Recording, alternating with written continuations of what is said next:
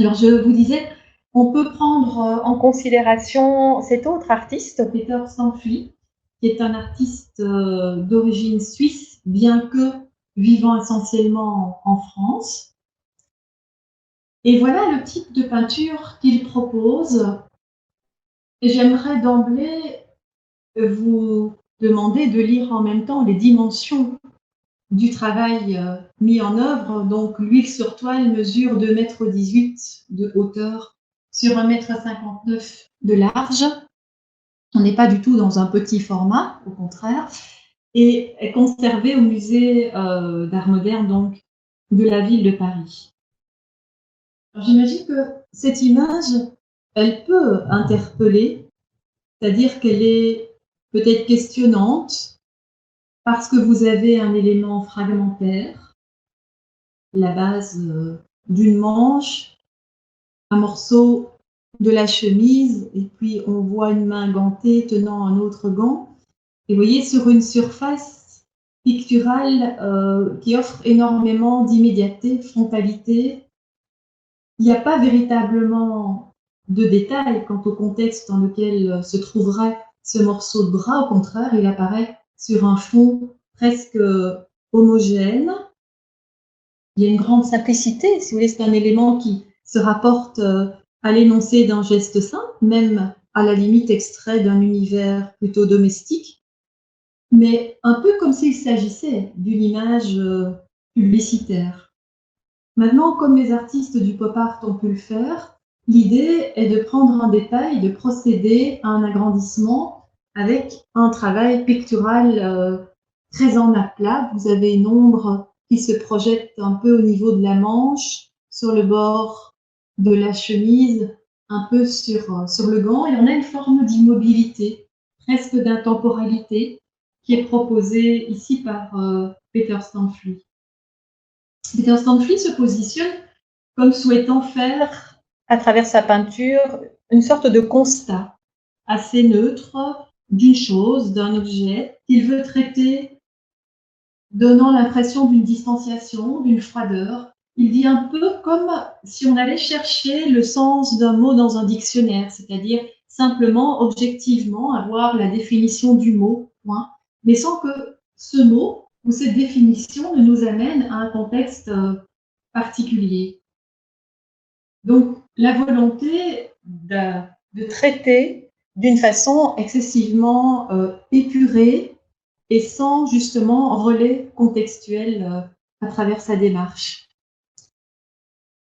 Vous voyez, c'est le même cas si on prend ici Caprice. De nouveau, on est dans des formats extrêmement vastes. Et vous redécouvrez cette même manière de ramener l'image à de grands aplats, presque comme s'il s'agissait d'une peinture qui était appliquée mécaniquement. On voit absolument aucune trace de pinceau, aucun signe de l'application de la peinture manuellement. Au contraire, on a plutôt cette sensation de perfection, de contraste extrêmement marqué, qui est par exemple la surface blanche, totalement pure, le noir aussi intense, quelques petits effets de réflexion qui se font au niveau de la roue. Donc, l'automobile va devenir pour Peter Stanfli véritablement un élément, un signe, voire on pourrait dire presque un symbole de la société des années 60. C'est vraiment ce qui lui apparaît comme l'élément le plus caractéristique de ces années-là, alors qu'avant cela, il avait choisi de traiter ce qui touchait, dit-on, le robinet, la machine à laver. Et il va décider de travailler avec l'automobile, dont ici, de nouveau, il ne prend qu'une petite partie, nous donnant alors une reproduction qui pourrait totalement s'inscrire dans le principe d'une affiche publicitaire. Il y a une volonté, si vous voulez, de ramener à une formulation extrêmement épurée.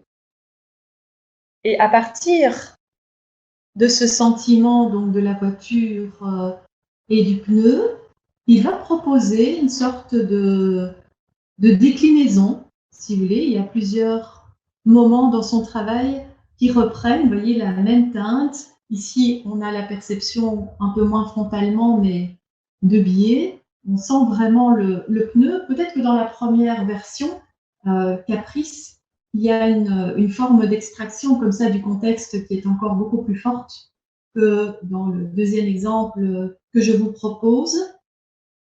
Mais cette notion du véhicule, cette notion de la voiture va encore se resserrer et va se concentrer vraiment sur la présence du pneu. Donc de la voiture, il passe à la roue, de la roue, il va passer au pneu, et ça sera vraiment un sujet, un motif que Peter Stampfli va peindre énormément. Alors, je voulais vous montrer deux manières de travailler. La première, je dirais, elle est fidèle aux deux exemples précédents que nous avons vus. Donc, il y a une concentration avec un gros plan focalisé sur le pneu, la nature même du pneu, le tracé, si vous voulez, de son motif. Ici, c'est un peu différent, c'est de la mine de plomb sur papier, c'est pas un travail à l'huile sur toile. Et puis une autre réflexion que Peter Stampfli opère par rapport aux pneus, vous le voyez en venant positionner son travail accroché dans l'espace d'un musée, avec la sensation qu'on a le développement vraiment de la trajectoire du pneu, donc sa trace qui est déposée à même le mur. Et donc, c'est assez étonnant parce qu'on a vraiment la sensation, vous voyez là où sont les trois personnes, juste devant elles, en allant vers le mur, il y a réellement une ombre qui est projetée, ce que l'on ne voit pas du tout dans la trace qui se déploie au-delà du pneu, parce qu'on nous dit bien que la peinture, si vous voulez, constituant le pneu, cette peinture à l'huile réalisée sur la toile a été découpée, donc fixée sur un châssis, découpée, créant vraiment un effet réel de relief par rapport au plan de mur sur lequel il est accroché. Et puis à l'inverse, la trace, elle, est directement placée dans la continuité sur le mur lui-même. Donc ça crée une animation très étonnante, d'autant qu'on est dans des formats importants. Vous avez donc 2,23 m pour la hauteur et 5,21 m dans le développement donc de la proposition. Mais c'est aussi cette idée autour de l'objet, autour des limites de cet objet décontextualisé. On a généralement l'ensemble de cette surface blanche qui le détache, je répète, de tout contexte. Et puis ici, c'est poursuivre cet usage de la surface blanche par l'intégration du plan du mur comme venant donc être propice à une lecture beaucoup plus intense encore du motif. Donc en même temps, il y a tout ce tracé de la matière même du pneu qui devient alors une animation signalétique, un peu, oui, signalétique, si vous voulez, sur le mur, qui devient extrêmement intéressant par rapport au format qu'il utilise, à l'ensemble de l'espace qu'il utilise. Ce que je pense qui est intéressant aussi, c'est que dans Cavallino Sport, qui est probablement une marque de pneus, je pense que c'est ça que j'avais une fois lu, il y a la volonté de la part de Stampfli de suggérer réellement le déplacement du visiteur, le déplacement du spectateur, comme le pneu lui-même se déplacerait. Donc ça permet au regard de suivre ces alignements de motifs et d'arriver donc à se mettre dans un rapport très concret, échelle corporelle, largeur de déplacement des pas par rapport à l'envergure qui est proposée ici par Peter Stampfli.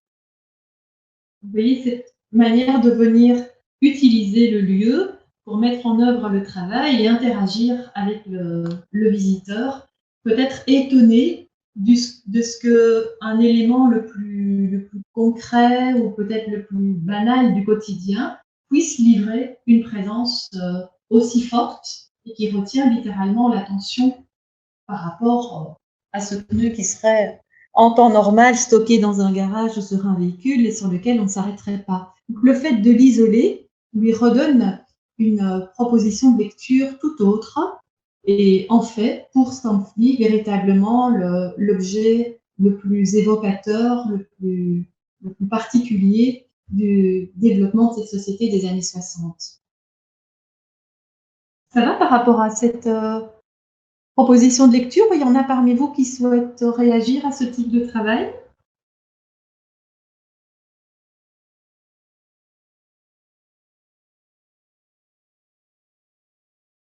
Bien. Je vous montre,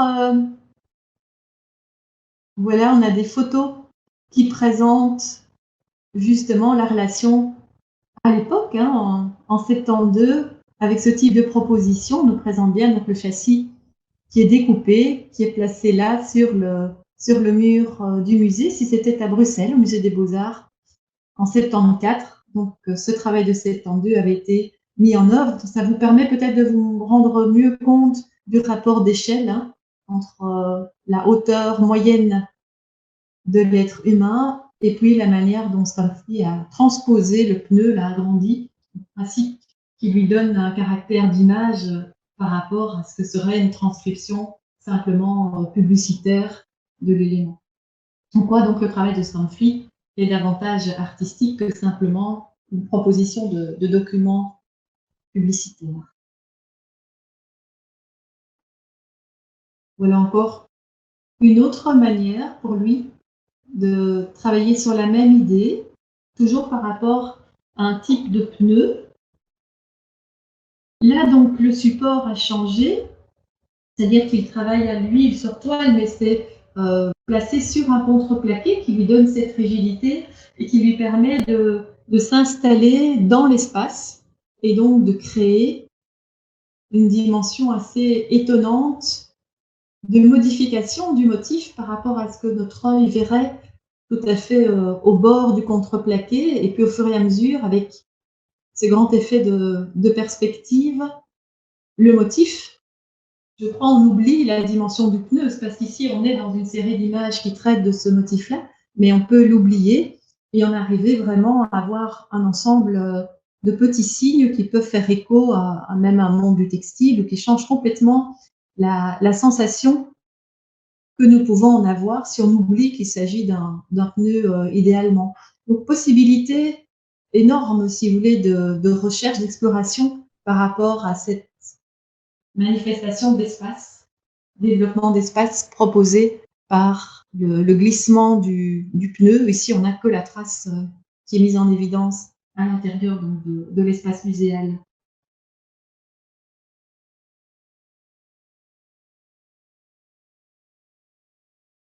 Alors, un autre membre de cette nouvelle figuration, l'Espagnol Eduardo Arroyo. Alors, Eduardo Arroyo pratique la peinture, il pratique la lithographie également. Il est aussi quelqu'un qui réalise des décors, être placé sur des scènes de théâtre. Il y a un fait un peu particulier dans son histoire, c'est qu'il a dû quitter l'Espagne, l'Espagne qui était soumise au régime de Franco en 1958, et qu'il a beaucoup voyagé entre Paris et Madrid. Eduardo Arroyo donc est assez à l'écoute, il est assez sensible à l'histoire politique de son pays d'origine, et on dit qu'il est plutôt engagé, qu'il est plutôt militant, et parfois avec une attitude assez critique à l'égard de certains moments de l'histoire. Mais il peut avoir aussi beaucoup d'humour dans la manière dont il construit, dont il met en œuvre sa peinture. Il y a un caractère peut-être plus narratif chez Arroyo que chez Stanley. Et ici, dans le cadre de ce qui est intitulé Grand pas du Saint-Bernard ou l'âme du monde à cheval, nouveau grand format, 3 mètres sur 2 en 65, peut-être cela vous fait-il penser à un travail, à une œuvre antérieure qu'Eduardo Arroyo cite, sur laquelle il vient s'appuyer, et puis qu'il modifie, qu'il change complètement dans sa manière de créer son image. Donc, si vous voulez, il s'appuie sur une réflexion d'une époque dans le développement de l'histoire de l'art en relation avec des moments de l'histoire. Et puis ici, donc, il va poursuivre, il va déployer encore plus sa lecture critique, justement, de cette relation à l'histoire. Donc, que voyons-nous? En restant attachés à cette idée d'une grande surface assez, ils ont l'impression d'être vierge, qui est assez frontale. Vous voyez ce grand étalement de la couleur blanche, qui en même temps correspond à un paysage enneigé. Vous voyez apparaître à l'arrière une série de montagnes, traduites avec beaucoup de simplification, dans les creux, la présence du bleu ou la présence de petits sapins qui apparaissent vert, noir, bleu. Et puis à l'avant, vous avez voilà, un élément un peu particulier, comme étant composé de deux choses, ou un peu mixte. Donc, vous voyez qu'il y a une partie de l'animal qui figure donc l'arrière d'un cheval, et au contraire, à l'avant, vous avez plutôt au niveau de la tête et des pattes, des deux pattes, voire trois pattes, l'évocation du chien, du Saint-Bernard. Et sur cet animal mixte se trouve partiellement un corps. Donc, vous voyez peut-être aux couleurs, en même temps l'évocation d'un costume, un costume qui était porté par des soldats, et puis curieusement, pas de tête. Une espèce de grand envolé rouge, une espèce entre le costume et ce qui serait oui, un grand drapé. Et là, il y a directement un lien. Je vous mets l'image. Ce qui justifie le titre donné par Arroyo, Grand pas du Saint-Bernard. Donc Arroyo se sert, il vient directement se référer à une peinture qui est réalisée par Jacques-Louis David, donc grand artiste français de l'époque néoclassique, qui vient célébrer là un grand moment du déplacement de Bonaparte dans ses conquêtes, franchissant donc le col du Grand Saint-Bernard. C'est un travail qui est réalisé vers 1800-1803. Et je pense que vous retrouvez, si vous établissez une relation entre les deux images, donc la position de l'animal, l'arrière-train du cheval est très fortement présent dans le tableau d'Arroyo. Le cheval est un peu cabré, dynamique, si vous voulez, dans son élan. Donc, on a la proposition assez identique de la position des pattes, mais là, l'avant du cheval, la tête du cheval, donc remplacée par le Saint-Bernard. Ce jeu de mots, évidemment, entre le col du Saint-Bernard et le chien. Et là, vous découvrez justement la position de Napoléon lui-même, avec son costume d'apparat, et cette grande coiffe, cette grande couverture qui l'enveloppe, dont Arroyo a repris vraiment le mouvement en donnant une teinte beaucoup plus forte, plus puissante, un rouge plus puissant, alors que la tête, le mouvement du bras de Napoléon a totalement disparu. Et vous voyez cette conversion de cette envolée, alors elle était un peu rougeâtre, mais peut-être saumonée sur le tableau de Louis David, devient un rouge très affirmé chez chez Arroyo, pardon. Donc, la transposition de la couleur de Bonaparte pour son personnage. Et vous voyez que le pantalon, lui, devient une surface jaune. Alors, de nouveau, à côté, on a le bas rouge. Et là, vous avez les couleurs du drapeau espagnol. Donc, le rouge et le jaune. Ce qui veut dire que Arroyo se sert d'un moment particulier de l'histoire avec un personnage très engagé, mais à vocation militaire et de conquête. Et Arroyo, par sa transposition décalée, critique et humoristique, à sa manière, condamne la peinture d'apparat. Et de nouveau, donc, prend une certaine distanciation par rapport au régime de son propre pays, donc avec lequel, je vous dis, il engage parfois une peinture un peu militante. Donc là, on a un contenu à caractère politique dans son travail et à caractère critique. Donc, il se sert du moment de la situation vécue par la France avec Napoléon, la transpose, modifie certains éléments de l'image initiale de David et lui redonne un caractère en cachet beaucoup plus espagnol à travers donc l'image. Donc je pense qu'on comprend mieux la possibilité évoquée par Arroyo aussi en sachant ce qu'il cite au départ et la raison pour laquelle il vient construire un animal mixte en jouant évidemment sur la notion du Saint-Bernard. Je vous montre un autre travail, là d'Eduardo Arroyo, intitulé Toute la ville en parle, Occitane. Là, vous avez une peinture constituée de deux parties, en même temps donc réunies. Vous avez cette bande noire donc, qui sépare et qui relie les deux parties.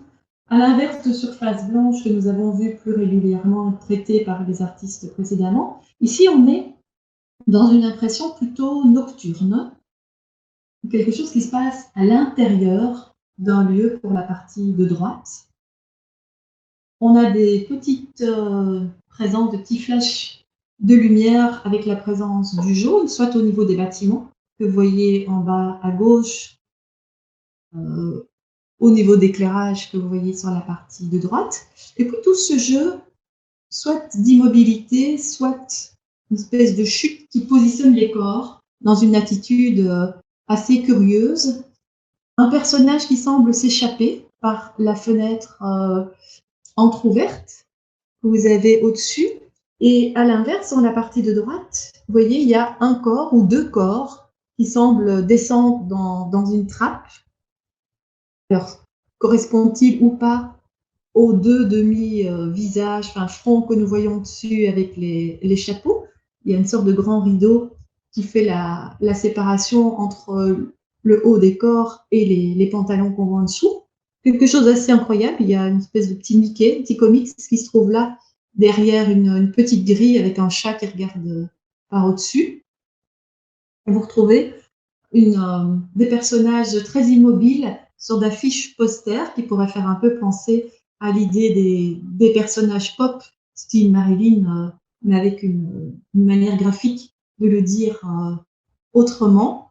Et ce personnage très, très géométrisé, aussi on retrouvera le rythme des éclairages des différents buildings inversés au niveau de son vêtement. Donc c'est un peu hétéroclite et c'est très surprenant comme manière de construire l'image. Alors Positano semble correspondre à une cité italienne qui serait sur la côte amalfitaine. Et cette image serait inspirée par un film qui porte le même titre, donc Toute la ville en parle, qui est un film créé par John Ford en 1935, où on dit qu'un homme doit s'échapper de la prison, ce qui pourrait correspondre à la partie supérieure de l'image. Mais en même temps, pour Eduardo Arroyo, Toute la ville en parle apparaît un peu comme une ville qui serait vue la nuit, avec cette immense atmosphère formant presque décor de théâtre, où viendraient se côtoyer des éléments un peu opposés. Vous auriez l'expression d'une certaine réalité, une certaine vérité des choses, par rapport au contraire à un jeu, à un aspect plutôt falsifié, artificiel. Il y aurait l'idée d'avoir, par le traitement graphique, une proximité d'affiche à travers la manière d'élaborer l'image et un petit clin d'œil qui est fait par rapport à cette idée des comics qui apparaissent dans la partie droite. Il dit, Arroyo, on a parlé de mon travail comme d'une peinture politique, mais je n'ai pas vraiment cru au message. Je crois plutôt à l'exemplarité du comportement du peintre. Je n'ai jamais cru changer les consciences, ni le destin d'un pays avec un tableau, mais la peinture était plutôt le fruit de mon obsession par rapport à certaines situations, et particulièrement situation de l'Espagne. Il explique qu'il développe à plusieurs reprises une attitude antifasciste quand il était en exil. C'est quelque chose qui l'obsède, et donc cette manière de poser un regard critique sur le fonctionnement de la société reste souvent à la base donc de son travail. Mais voilà, on peut de nouveau être dans cette forme, je dirais, d'ambiguïté. Il y a des choses que l'on identifie très clairement, et puis il y en a d'autres qui se lisent peut-être de manière moins évidente, qui sont le fruit, à nouveau, d'une juxtaposition de points de vue différents sur le réel et qui donnent une création d'images particulière dans cette nouvelle figuration. Donc voilà, pour quelques-uns des représentants de cette forme-là, de cette sensibilité-là, des éléments. Là devant. Alors, en restant attaché aux propos plutôt de, si vous voulez, du milieu urbain, en restant dans l'approche de la peinture, j'imagine que vous découvrez, il y a quand même une distinction très nette entre ce propos d'Arroyo et cette image-ci. Bien que on puisse se dire, on a une certaine constance au niveau, par exemple, de l'usage des formes quadrangulaires. En restant à l'extérieur, mais en voyant aussi l'espace intérieur d'un établissement. Et je pense que vous percevez, dans l'approche même de la réalité, le choix, évidemment, du peintre est différent. Et en fait, Arroyo appartenant à la nouvelle figuration, dans le cas de la peinture que vous avez devant vous, on n'est plus dans la nouvelle figuration.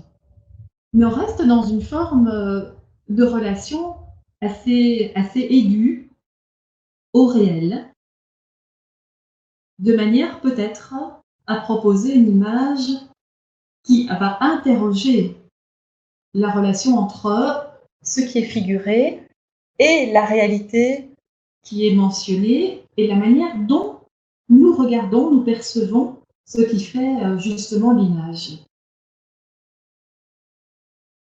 Vous retrouvez de la frontalité importante ici dans la construction, mais peut-être découvrez-vous, il y a un réel intérêt à nous permettre de lire aussi, donc le langage s'inscrit à l'intérieur de l'image, donc il y a une volonté de lire.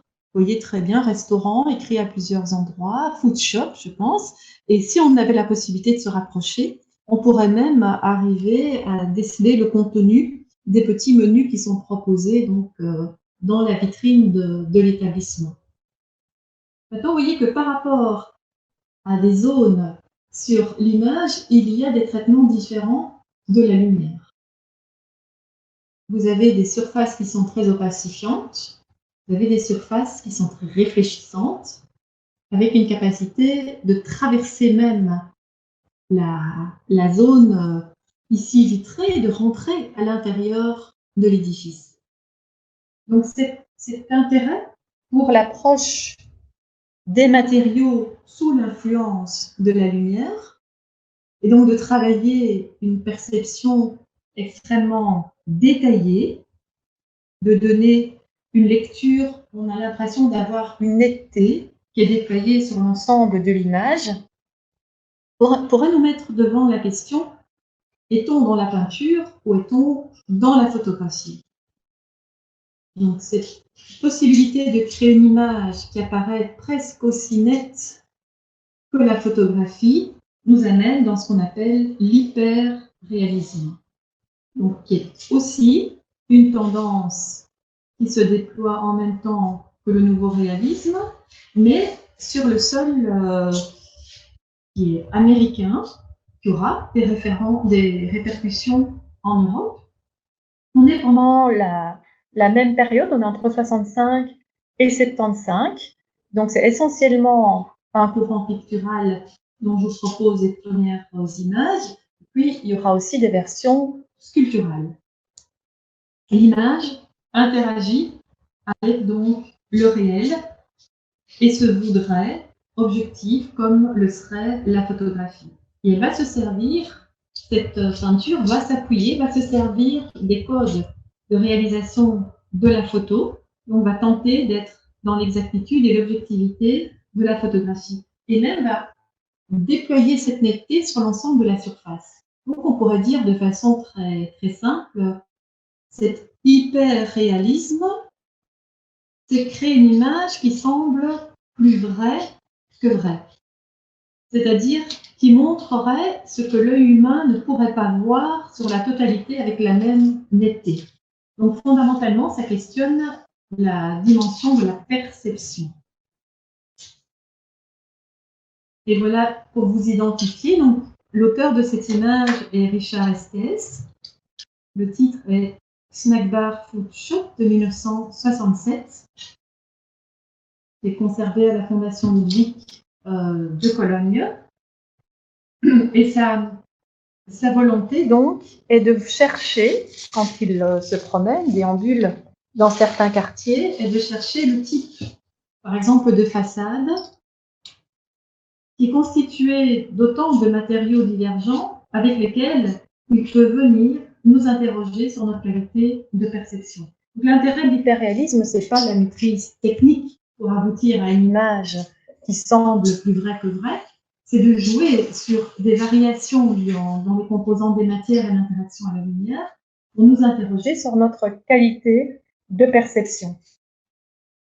Alors, ils peuvent travailler à partir d'un enregistrement photographique, c'est-à-dire se promener, regarder, se dire là, il y a un fragment urbain qui m'intéresse, en prendre la photo, et puis à partir de la photo, réaliser la peinture. Vous voyez, c'est autant de décalage, c'est autant de moments de perception. Je me promène dans l'espace urbain, je repère un endroit, cet endroit me semble intéressant par rapport aux matières, par rapport à l'agencement, par rapport à l'interaction à la lumière. Je prends l'appareil photo, je procède à un premier cadrage, et puis quand je retravaille le sujet avec la peinture à l'huile, par exemple ici, je vais encore redonner un traitement qui va accentuer certains aspects relatifs donc à la question comment je perçois, quelle est la nature de ma vision. En fait, ma vision est toujours tronquée, je ne vois jamais la réalité telle qu'elle est, et si elle est encore davantage accentuée. Donc, l'important pour eux, c'est de sélectionner le lieu, c'est de privilégier des reflets, c'est de mettre en évidence donc un espace avec des enseignes lumineuses, par exemple, pour avoir un travail de sensation visuelle particulière à déployer dans leur réalisation picturale. Ici, nous sommes donc en 1967 et regardez en 82, toujours Richard Estes, si on est dans cette même idée d'un espace urbain, voilà un choix qu'il fait, de nouveau, une déambulation, repérer une relation entre des types de bâtiments très différents, bâtiments donc appartenant à une époque de construction antérieure, et tout le travail du reflet qui est mis en exergue par rapport à cette grande surface vitrée d'un bâtiment beaucoup plus contemporain. Peut-être arrivez-vous même à voir, il semblerait que ça soit un opticien, enfin moi je vois d'ici plusieurs paires de lunettes qui sont exposées, donc qu'on découvre vraiment dans les premières dizaines de centimètres de l'image, et après vous avez tout ce jeu important de la réflexion, du dédoublement, de l'effet complètement changeant de la sensation même de l'espace urbain, et donc ce travail d'une recherche d'une exactitude implacable dans la mise en œuvre de la peinture.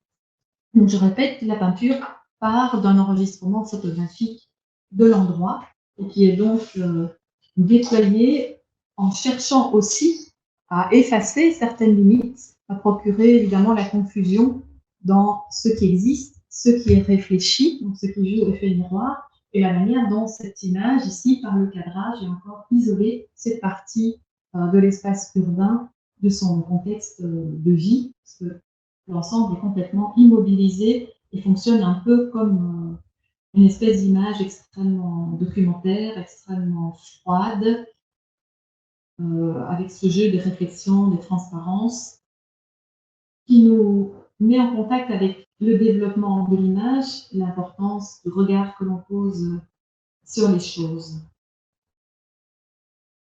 Donc, la volonté pour moi est de vous redire, la particularité de ce mouvement n'est pas de se dire on est face à des gens qui ont maîtrise la pratique technique, la pratique de la peinture à l'huile tout à fait extraordinaire, en accentuant cette approche comme étant la plus nette possible sur l'ensemble de la surface.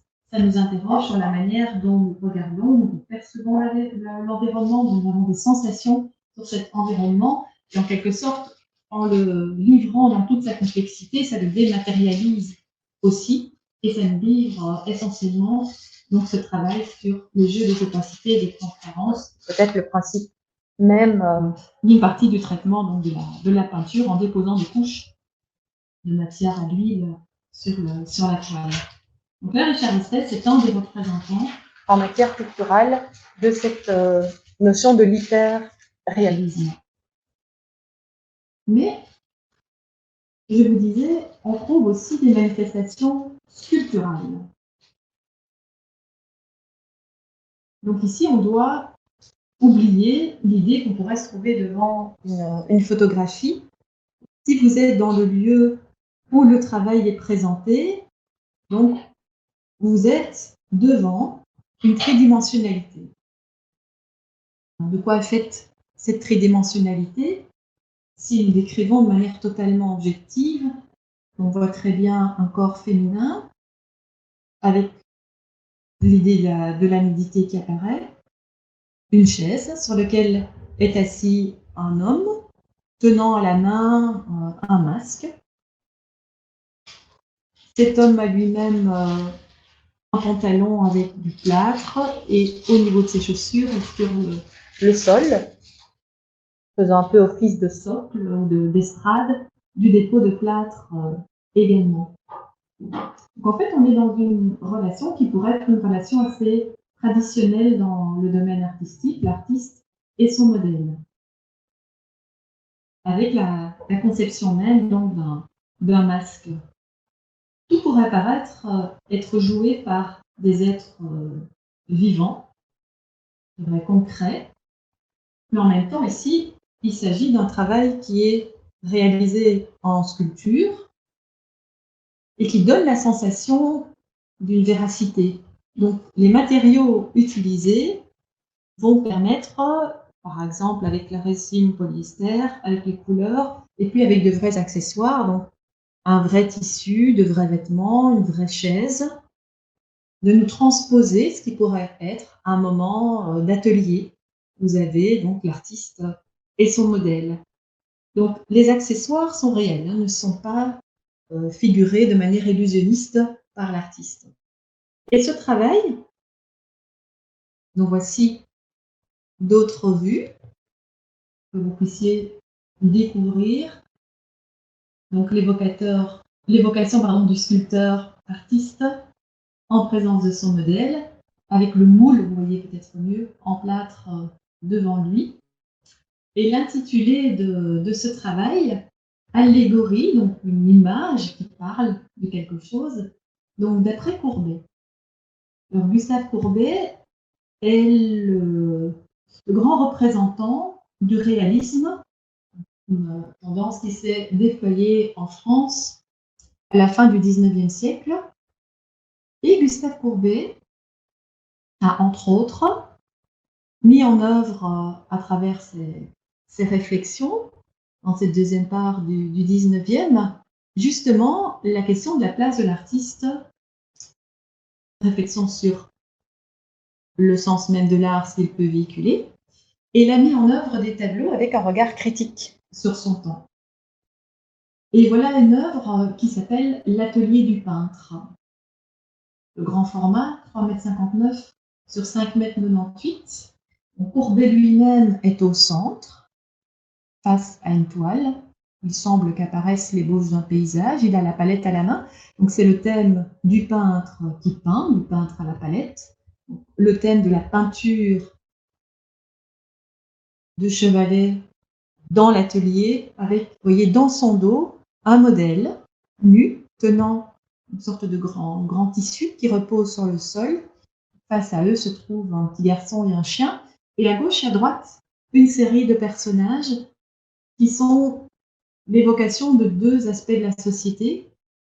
Donc d'un côté, à gauche, vous avez plutôt les personnes qui sont plus dans une évocation de précarité de la vie, des plus misérabilistes, et de l'autre côté, au contraire, des personnalités beaucoup plus aisées, des intellectuels, des critiques d'art, Baudelaire, Champfleury, qui sont représentés.